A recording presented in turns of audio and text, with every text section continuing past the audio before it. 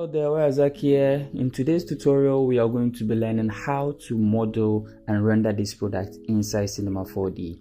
We are going to be using one of the easiest render engines to learn, which is Corona Renderer, and of course, it is a very realistic render engine, and it's one of the best render engines, if not the best. So let's open into Cinema 4D and let's start creating.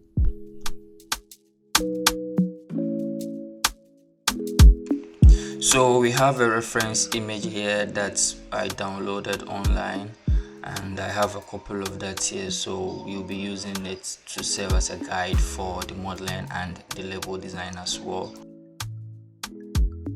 Alright, so here we are inside Cinema 4D. I use Cinema 4D version R25, and it might look a little different if you don't use that version, so I will change this to the old UI so that we can all follow this tutorial. So the icons might be different, but it's the same interface. So I'll go to the render settings and change it from standard to Corona, and that's all I need to do for the start. I'll go to the front view and load my reference image. You can press Shift V to open that particular window.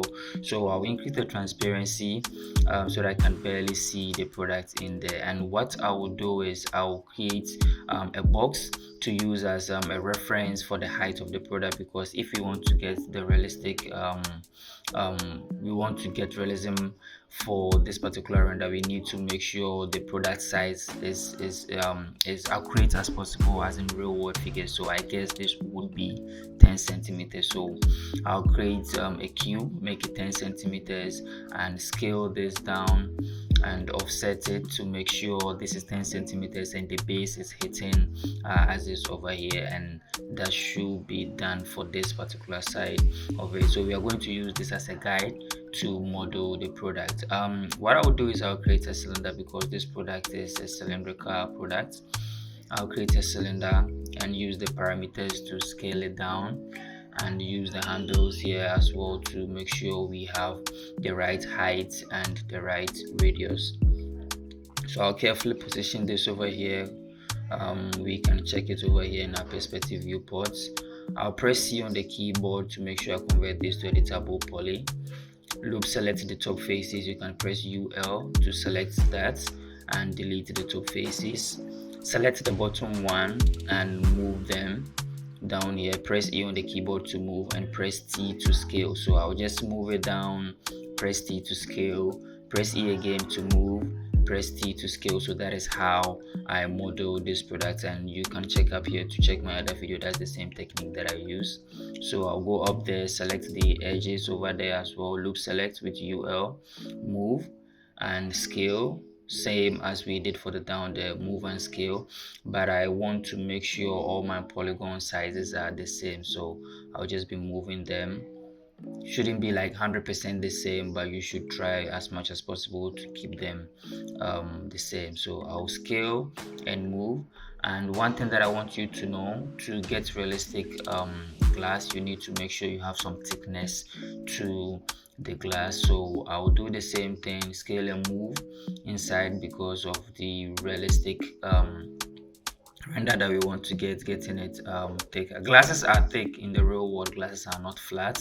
It took me a long time to realize that, so you should also do that if you want to get realistic glass. So I'll move on to the inside and make sure I do the same, scale and move and scale and move, using the outside polygon faces as a guide, making sure the polygons are the same size as I said. So I'll move all of them down there, and make sure you close the polygon hole inside. And at this point I can't see this in the reference image, so some of the stuff that I do inside and down here I pretty much guess them. So for the down here, I'll create some couple of edge loops here. Press KL on your keyboard, make sure you have your edge selected before you create your edge loops. I'll select them and move them up, because I know the product base is not going to be flat, so I'll just be moving the points and edges down here to make sure we have more like a curvature down there, so that we can get a realistic glass.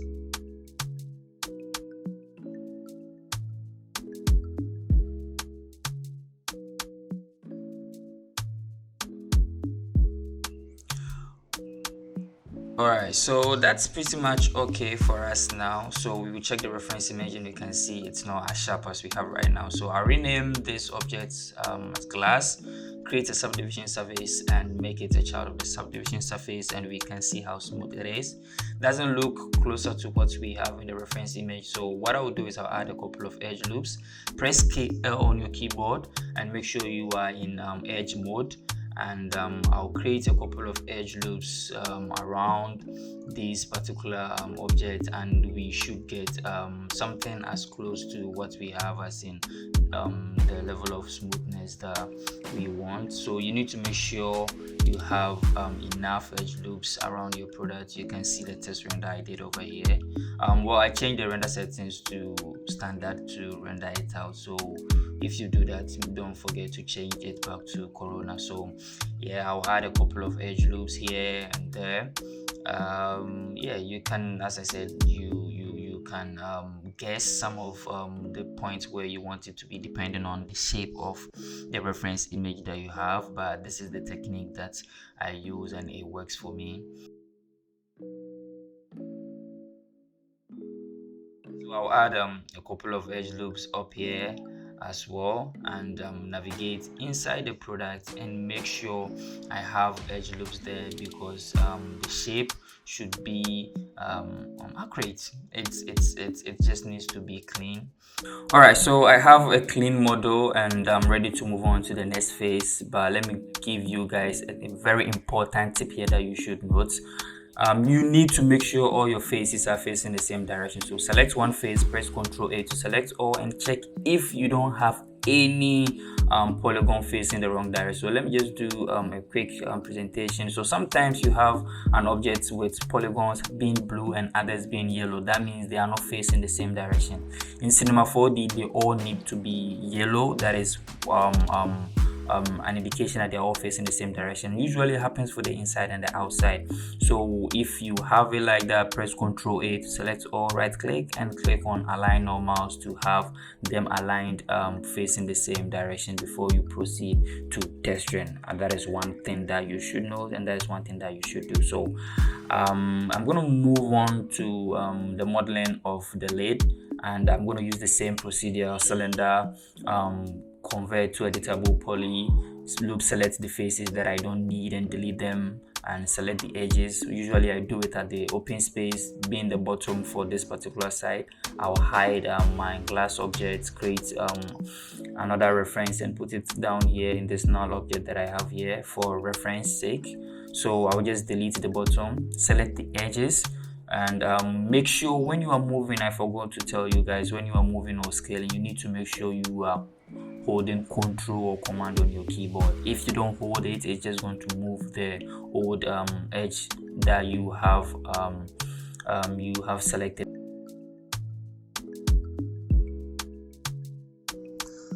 Alright, so our model is ready, and now we move on to the texturing process. So the first things first, I'll create a Corona physical sky, and start the interactive viewport. But we need to make sure we click on the visible directly so that it doesn't show in our viewports. And I'll go down here and create a Corona material. Now I'll create a Corona physical material. Now you are not familiar with this if you don't use Corona version 7.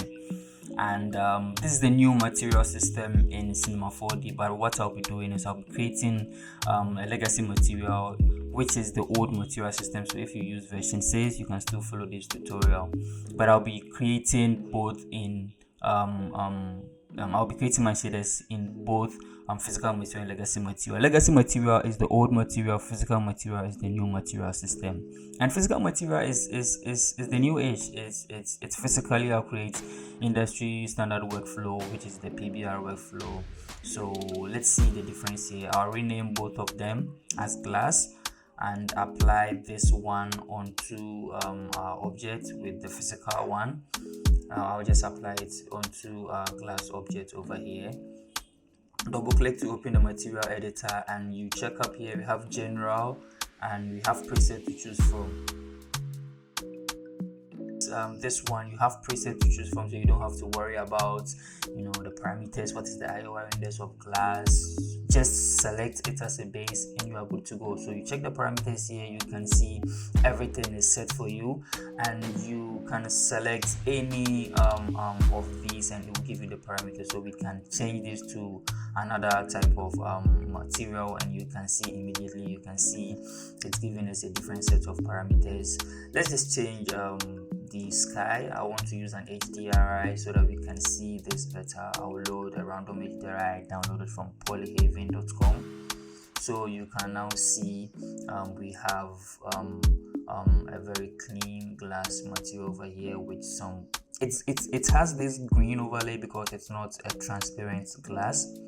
With the physical material, with the legacy material, what you might have done is to deactivate the diffuse, activate your reflection, activate your refraction, and you have a glass material. And don't forget your IOR index. So that is all you need to do for the legacy material if you are using Corona version 6. So let's check the reference image. You can see the reference image has some details like some bump, and it's not smooth, and we want to get it as realistic as possible. That is the material editor always being free floated hopping on my screen. I don't like the fact that it's disturbing that, so I use the Corona node material system, and let's use the opportunity to learn node material workflow inside Corona. Alright, so I have my own custom UI I created for testing inside Corona version for Cinema 4D. To open the Corona material node editor, you just go up here in the Corona menu bar and click on the node material editor, and you have it. But I docked it down here. So let's take a look at what we have here. We have navigation buttons here, like zooming in with this icon, and you can just click and drag your material into your Corona material editor. And let's take a look at the navigation again. Just like the viewport navigation, you have this button that you can click to activate or deactivate the parameters over here. You can also use 1 and 2 on your keyboard, holding 1 to pan around and holding 2 to zoom in and out, and you can click and drag your material across your node material editor. So we have a mini menu bar here that you can create new materials or add existing materials into your node material editor, or you can just click and drag like I did earlier, and you can create a new view for all your materials so that your node material system workflow is very clean. Go ahead and create a new view and rename that. I'm going to name that glass legacy, and click and drag my legacy material there, and you can see we have a list of the views that we've created. So I'll rename the old one that I had, the default one, to glass physical, because we had that one created already. So you can switch between your views and that doesn't disturb your material workflow. So yeah, you can experiment with these tools, just check them out. We can go over all of them now, so let's just go ahead and start creating. So to create a new shader, you can right click and you have a list here. So you will create a noise because that is what I want to use for the bump, and I'll just click and drag the output into the bump channel here, into the input of our material system. So all these are nodes that will show here, and every node that you select, you will get the parameters on the right side, which is exactly the same as the Corona standard material workflow. Sorry, the Cinema 4D standard workflow. So you can see all the parameters here are the ones that you have on the right. So it's more like you have two in a one kind of material workflow. So if you want to activate some of the channels, you select the material, and when you activate them, you can see them being activated in the node material as well. And when you deactivate them, you can see they are being deactivated in the node material as well. Now with the physical material, the parameters are a little bit different from that of the legacy, so you should pay attention to that. So I'll go back to the default and create my noise again and load it into my bump channel. Now I just did that for the physical material, so if you're using the legacy, you can also use the same technique as well. So now let's start an interactive viewport, and we should see it happening, but in our viewport we don't see it happening. Let me just get a camera, get closer to it so that we can just see what is going on over there. Now we can't see the noise being applied to it here in our viewport, because in the physical material you need to make sure you activate the bump, unlike the legacy, the old material system that the bump is activated automatically. This one we need to go in there and activate it. So you can see down here we have bump here. You need to make sure you enable it before you start seeing the bump inside, and now we can see that. Now we can click on our noise to get access to the parameters, and we can change this to something like, let's try this figure here. Maybe that doesn't work for us. Well, it will work. All right, so we can go down here in the parameters and change the details. So I'll make that 10.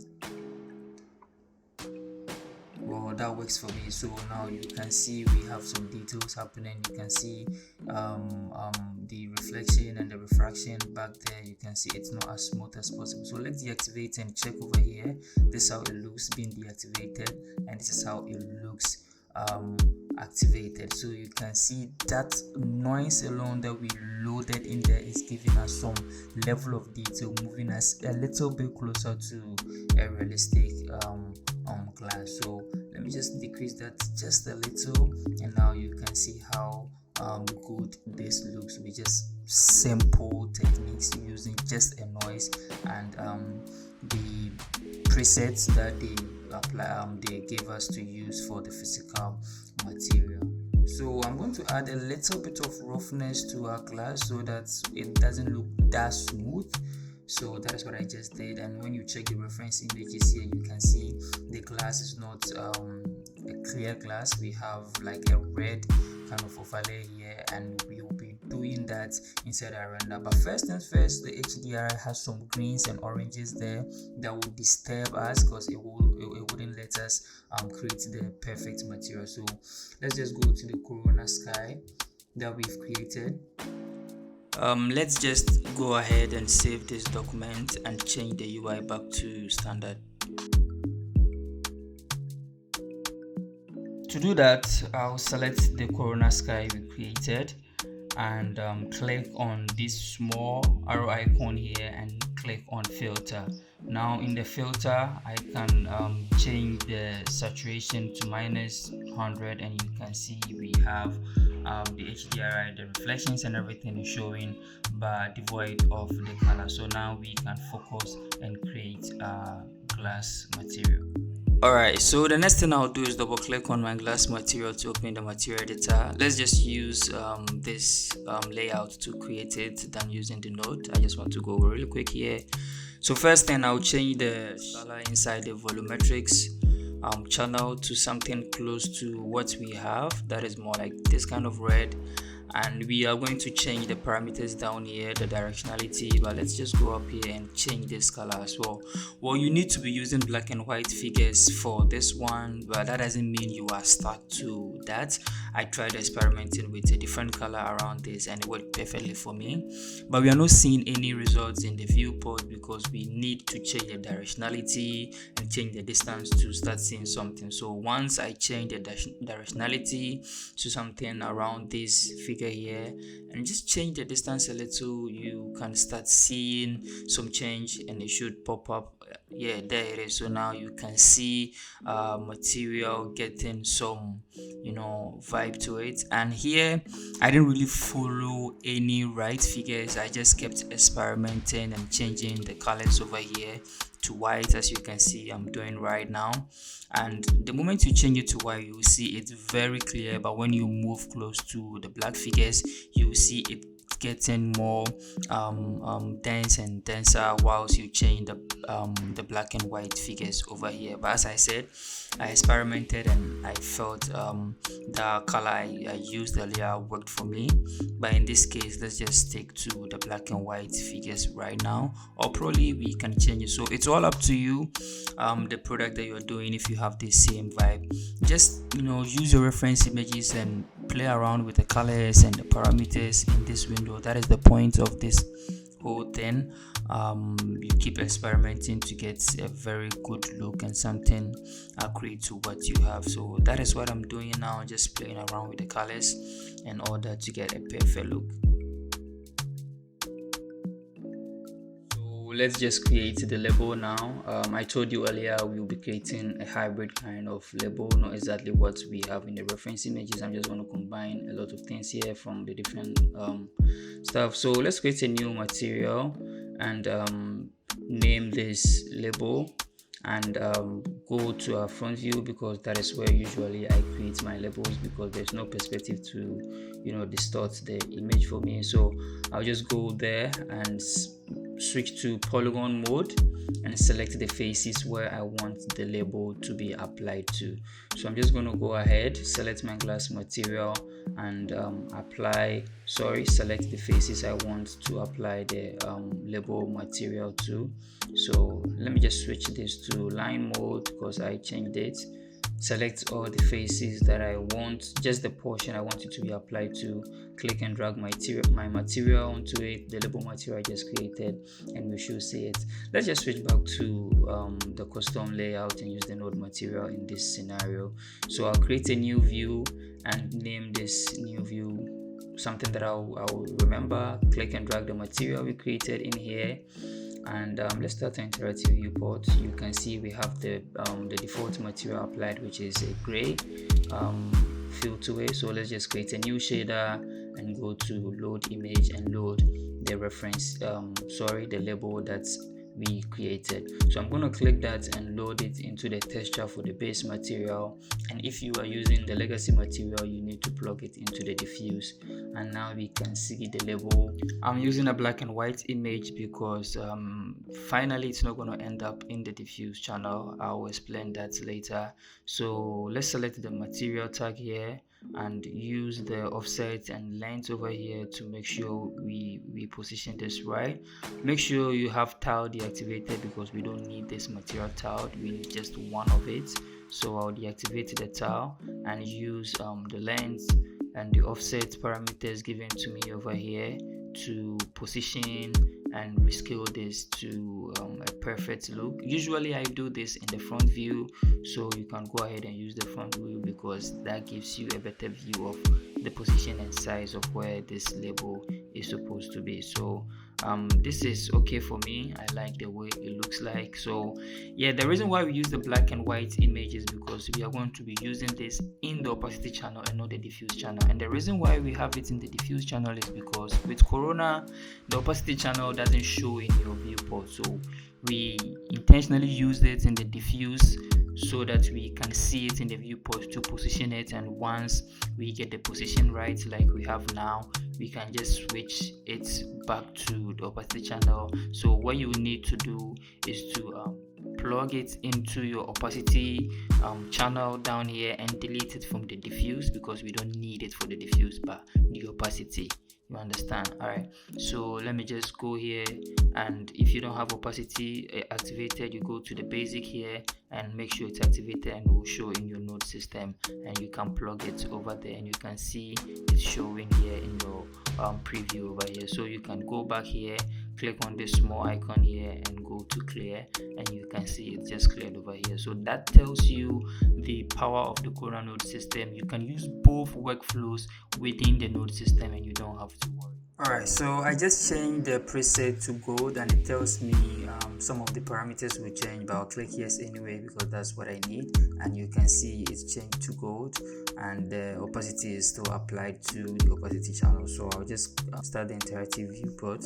Alright, so we can now see our label gold applied with the opacity channel, and it looks good, and we are pretty much done with the label and with the glass material. And the last thing we need to do is the lid. I'll first deactivate my glass in the viewport so that I can focus on my lid.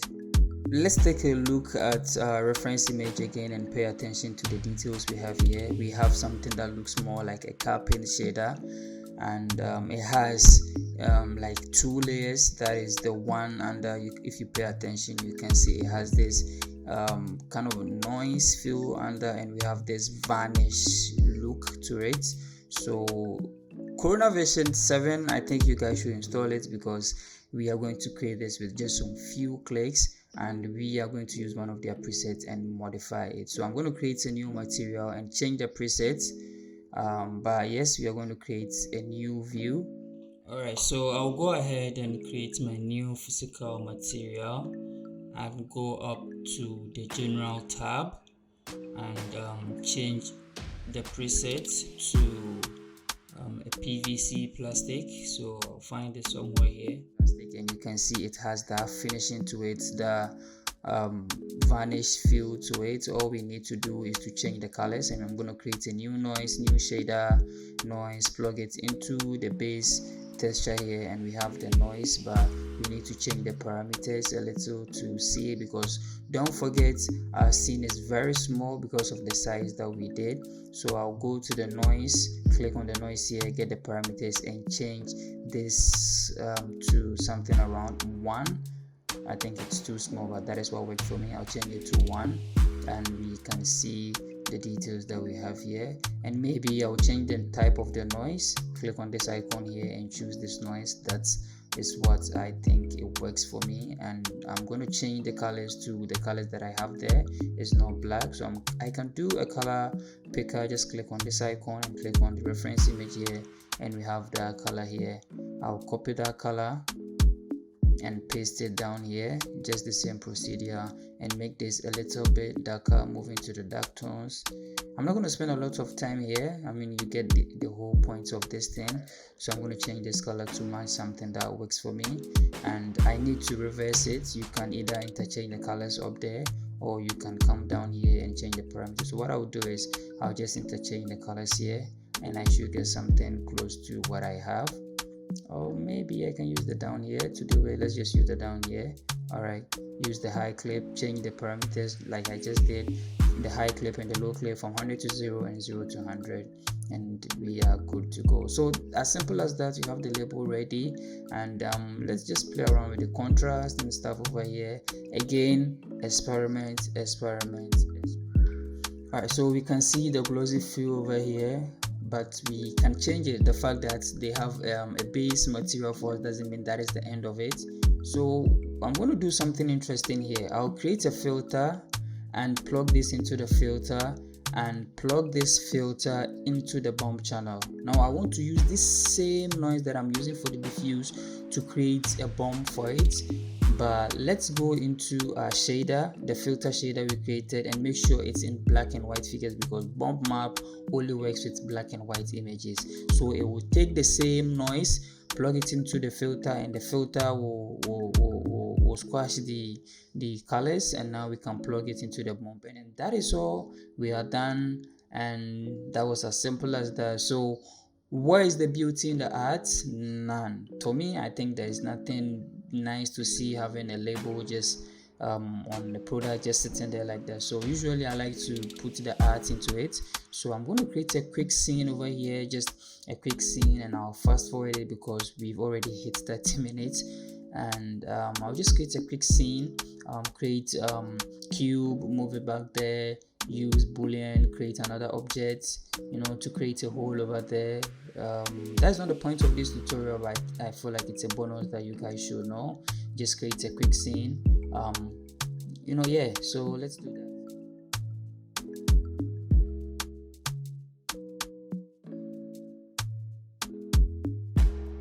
Yeah, so here we have a scene. I still have my HDRI there. I had to click on the visible directly to bring it back so that we can see it in our scene.